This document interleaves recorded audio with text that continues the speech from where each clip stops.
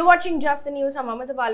It's day 17 of Russia's invasion of Ukraine, but attacks have now intensified. We start off with what's happening in and around Kyiv, because Reuters, quoting news agency IFX, has reported that Russian rocket attacks have destroyed an airfield in the Kyiv region. Now, the mayor of Kyiv said that the attack destroyed the runway and a fuel depot, as well as causing explosions at an ammunition store.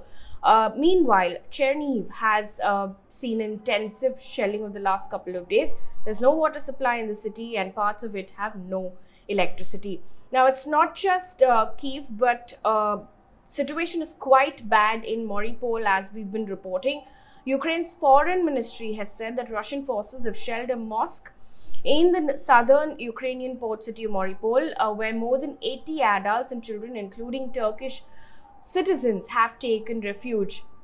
Now, Ukraine has accused Russia of refusing to allow people out of Mariupol, where a blockade has left hundreds of thousands of people trapped. Now, Ukraine's foreign ministry said, and I quote, "More than 80 adults and children are hiding there from the shelling, including citizens of Turkey," end quote. Mariupol's mayor says that the 12-day assault has killed more than 1,500 people. In the meantime, in a video address, President Zelenskyy has spoken. He has said that his country has reached a turning point in the war with Russia. He said, and I quote, "It's impossible to say how many days we will still need to free our land, but it is possible to say that we will do it." He also went on to say, "We are already moving towards our goal, our victory," end quote. He said today that Russia was sending new forces to Ukraine after suffering what he said were its biggest losses in decades.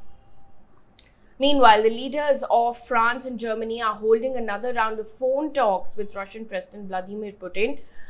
They were previously in contact on Thursday when President Emmanuel Macron and his German counterpart demanded an immediate ceasefire from Russia.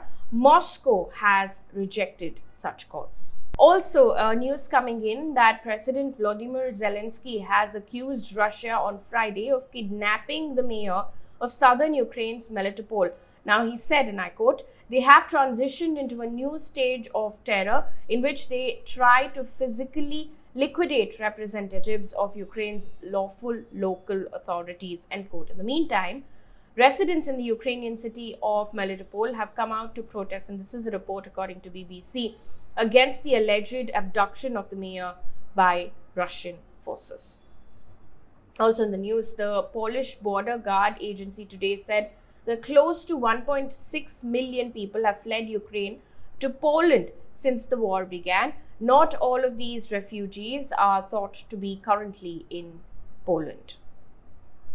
Also in the news, YouTube has blocked access around the world to channels associated with Russian state-funded media. Now, Reuters reported that the company has cited policy barring content that denies, minimizes, or trivializes well-documented violent events.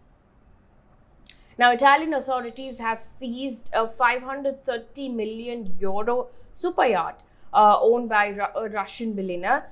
The 143-meter vessel, believed to be the world's biggest-selling yacht, was seized in the port of Trieste in northern Italy, according to the Prime Minister.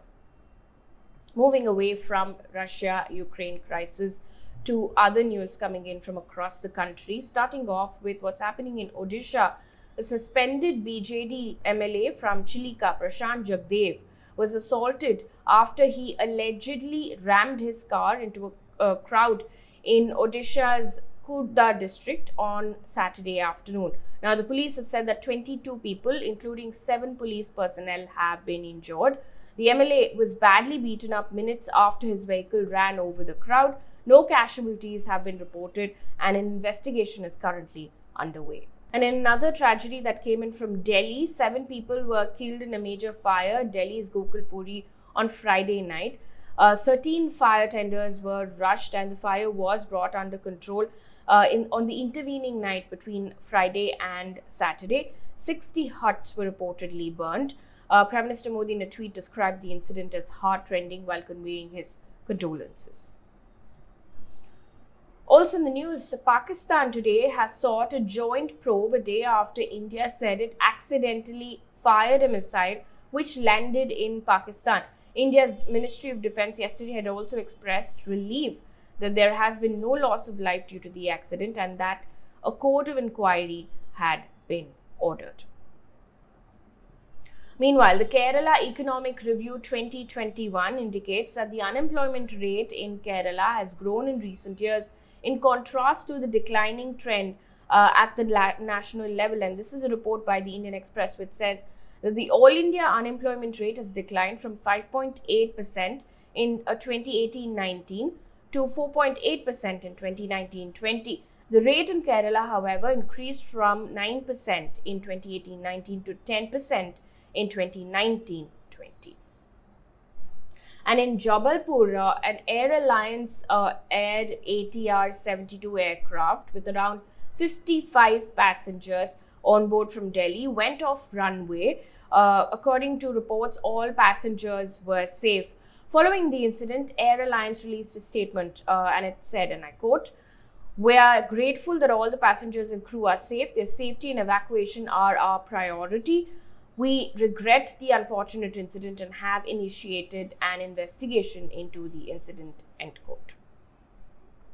Meanwhile, the story coming out from Kashmir, terrorists have shot dead a sarpanch in South Kashmir's Kulgam district on Friday, the third killing of an elected representative in the valley in just 1 month. Now, in the last 1 week, there have been a spurt in terrorist incidents across Jammu and Kashmir. And on to news related to elections. Now, Congress G23 leaders met at Ghulam Nabi Azad's residence on Friday after the party's poor performance in the 5 state elections, especially poor in Punjab. Those attended included Congress Deputy Leader in Rajya Sabha Anand Sharma, party MPs Kapil Sibal, Manish Tiwari and Akhilesh Prasad Singh, among other leaders. In the meantime, after registering a landslide victory in Punjab, AAP has said that it would contest in all 68 seats in Himachal Pradesh Assembly polls. Now, elections in Himachal Pradesh are slated to be held later this year. On to business news right now. Employees' Provident Fund interest rate has been slashed to 8.1% for 21-22 by the Employees' Provident Fund organization. Now, the interest rate was earlier 8.5% for 2020-21. Labour Minister Bhupendra Yadav has justified the retirement body's decision by citing the prevailing international and market situation. Let's now take a look at sports news, and this is good news coming in for India from the ICC Women's World Cup. India has registered their second win in the tournament after defeating West Indies by 155 runs. Now, India now have 2 wins out of 3 games, their only loss coming in the second game against host New Zealand. Now, in the meantime, Jhulan Goswami took West Indies' 8th wicket, with which she achieved a historical landmark. Now, she has now become the leading wicket taker in the ICC Women's Cricket World Cup history with 40 wickets. And one more piece of good news before we wrap things up here on this bulletin. This comes in from Mumbai, which is hosting a first-of-its-kind wheelchair basketball Premier League this weekend, where 60 wheelchair-bound sportspersons will play the Basketball Premier League. Now, this has been created by non-profit organization Project Mumbai, and it's to draw the attention of non-challenged citizens to para-sports. Now, that brings us to the end of this bulletin. Thank you so much for watching. Have a happy weekend.